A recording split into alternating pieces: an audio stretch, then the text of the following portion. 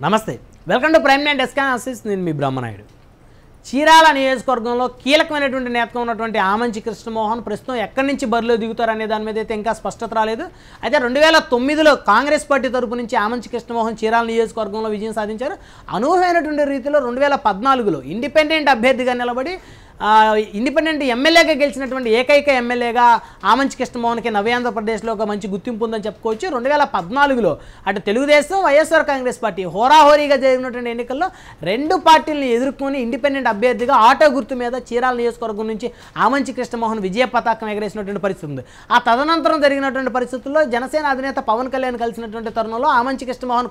కొన్ని సంవత్సరాల పాటు తెలుగుదేశం పార్టీ అనుబంధ శాసనసభ్యుడిగా కొనసాగినటువంటి పరిస్థితులు ఉన్నాయి అయితే చివరి నిమిషంలో తెలుగుదేశం పార్టీకి రాజీనామా చేసినటువంటి ఆమంచి కృష్ణమోహన్ వైఎస్ఆర్ కాంగ్రెస్ పార్టీలో చేరి చీరాల నియోజకవర్గం నుంచి అయితే ఓటమి చెందారు అయితే ఆ తదనంతర కాలంలో చీరాల నియోజకవర్గంలో తెలుగుదేశం పార్టీ నుంచి గెలిచినటువంటి కరణం బలరాం కృష్ణమూర్తి ఆమంచి కృష్ణమోహన్ ఆధిపత్యానికి గండి కొట్టేందుకు వైఎస్ఆర్ కాంగ్రెస్ పార్టీకి అయితే చేకొట్టిన పరిస్థితి ఉంది అన్అఫీషియల్గా నేటికి కూడా వైఎస్ఆర్ కాంగ్రెస్ పార్టీ అనుబంధ సభ్యులుగా కరణం బలరాం అయితే కొనసాగుతున్నారు అయితే కరణం బలరాం కృష్ణమూర్తి కుమారుడైనటువంటి కరణం వెంకటేష్కి చీరాల వైఎస్ఆర్ కాంగ్రెస్ పార్టీ బాధ్యతలను అయితే వైకాపా అయితే గతంలో అప్పచెప్పింది అయితే అదేవిధంగా ఆమంచి కృష్ణమోహన్ చీరాల నుంచి పచ్చూరు ట్రాన్స్ఫర్ చేసి దాదాపు సంవత్సర కాలం గడిచినటువంటి పరిస్థితి ఉంది సంవత్సరం క్రితం ఆమంచి కృష్ణమోహన్ పచ్చూరు నియోజకవర్గం వైసీపీ ఇన్ఛార్జిగా అయితే బాధ్యతలు అయితే ఆమంచి కృష్ణమోహన్కి అప్పచెప్పారు అయితే అప్పుడు పంపినటువంటి ప్రక్రియలో ఆమంచి కృష్ణమోహన్ని ఖచ్చితంగా పర్చూరు నుంచి బరిలోకి దిగాలని ఒక కండిషన్ అయితే వైసీపీ పెట్టినట్టు తెలుస్తోంది ఒకవేళ తాను పర్చూరు నుంచి బరిలోకి దిగేటువంటి క్రమంలో చీరాల నియోజకవర్గానికి సంబంధించి ఖచ్చితంగా ఒక బీసీ సామాజిక వర్గానికి చెందినటువంటి నేతకు మాత్రమే ఇక్కడ ఎమ్మెల్యే టికెట్ ఇస్తే ఖచ్చితంగా తాను పర్చూరులో పోటీ చేస్తానని అదేవిధంగా కరణం బలరాం కృష్ణమూర్తి కానీ ఆయన కుమారుడు కానీ చీరాల వైసీపీ టికెట్ కనుక ఇస్తే ఖచ్చితంగా తానైతే ఒప్పుకునేటువంటి ప్రసక్తే లేదని చెప్పేసి అయితే గతంలో ఆమంచి కృష్ణమోహన్ వైఎస్ఆర్ కాంగ్రెస్ పార్టీ అధిష్టానానికి అయితే కుండ బద్దలు కొట్టినట్టు చెప్పినట్టు తెలుస్తోంది అయితే అప్పట్లో ఆమంచి కృష్ణమోహన్ షరతులను అంగీకరించినటువంటి వైఎస్ఆర్ కాంగ్రెస్ పార్టీ ప్రస్తుతం ఈ మార్పు తాత్కాలికమే ఎందుకంటే కరణం బలరాం కృష్ణమూర్తి చీరాల నియోజకవర్గంలో ప్రస్తుతం సిట్టింగ్ ఎమ్మెల్యేగా ఉన్నారు కాబట్టి ఆయన వేరే నియోజకవర్గానికి ఇన్ఛార్జిగా పంపించడం అనేది కుదిరేటువంటి పరిస్థితి కాదు కాబట్టి ఆయన కూడా వైఎస్ఆర్ కాంగ్రెస్ పార్టీ అనుబంధ సభ్యుడిగా ఉన్నాడు కాబట్టి ఆ కరణం బలరాం కృష్ణమూర్తికి అఫీషియల్గా ఆయన కుమారుడికి వైకాపా ఇన్ఛార్జ్ బాధ్యతలు అప్పచెప్తాను ప్రస్తుతానికి మీరైతే పర్చూరు నియోజకవర్గంలో వైఎస్ఆర్ కాంగ్రెస్ పార్టీ వీక్గా ఉంది కాబట్టి అక్కడ పార్టీ బలోపేతాన్ని కృషి చేయాలి చివరి నిమిషంలో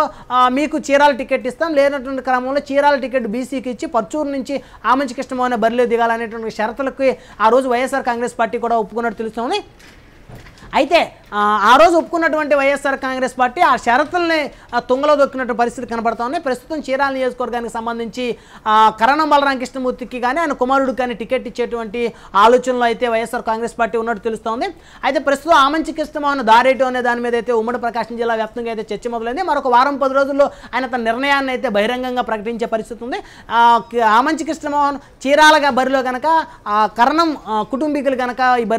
బరిలో నిలిస్తే ఖచ్చితంగా తాను వ్యతిరేకిస్తానంటూ ఈ మధ్య కాలంలో బహిరంగంగా కూడా స్టేట్మెంట్ ఇచ్చారు అయితే తనకు అత్యంత సన్నిహితులుగా ఉన్నటువంటి పంచకర్ల రమేష్ బాబు అదేవిధంగా తోట త్రిమూర్తులు వీరిద్దరూ కూడా ఆమంచి కృష్ణమోహన్కి అత్యంత సన్నిహితులు అని చెప్పుకోవచ్చు గత ఎన్నికల్లో చూస్తే తోట త్రిమూర్తులతో కలిసి ఆమంచి కృష్ణమోహన్ వైకాపా తీర్థం పుచ్చుకున్నారని చెప్పొచ్చు ఆమంచి కృష్ణమోహన్ తోట త్రిమూర్తులు కాపు సామాజిక వర్గంలో బలమైనటువంటి నేతలుగా చెప్పుకోవచ్చు అదేవిధంగా పంచకర్ల రమేష్ బాబు గతంలో పెందుర్తి ఎలమంచి నుంచి ఎమ్మెల్యేగా గెలిచారు పంచకర్ల రమేష్ బాబు తెలుగుదేశం పార్టీ తరపు నుంచి 2019లో ఓటమి చెందిన తర్వాత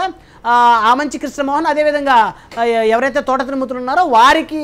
వారి సమక్షంలోనే పంచకర్ల రమేష్ బాబు కూడా వైఎస్ఆర్ కాంగ్రెస్ పార్టీ తీర్థం పుచ్చుకొని తెలుస్తుంది అలాంటి పంచకర్ల రమేష్ బాబు ఇటీవల కాలంలోనే జగన్మోహన్ రెడ్డి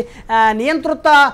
నిరంకుశ విధానాలను తట్టుకోలేక జనసేన పార్టీలో చేరినట్టు తెలుస్తోంది అదేవిధంగా తోట త్రిమూర్తులు కూడా వైఎస్ఆర్ కాంగ్రెస్ పార్టీ తోట త్రిమూర్తులు మండపేట నుంచి పోటీ చేయాలనేటువంటి హుకుం అయితే జారీ చేసింది కానీ తోట త్రిమూర్తులు మొదటి నుంచి కూడా రామచంద్రాపురానికి పోటీ చేయాలనే ఆలోచన ఉంది రామచంద్రాపురం నియోజకవర్గానికి మకుటం లేని మహారాజుగా తోట త్రిమూర్తులను చూడొచ్చు దాదాపు తోట త్రిమూర్తులు కూడా గతంలో ఇక్కడ ఇండిపెండెంట్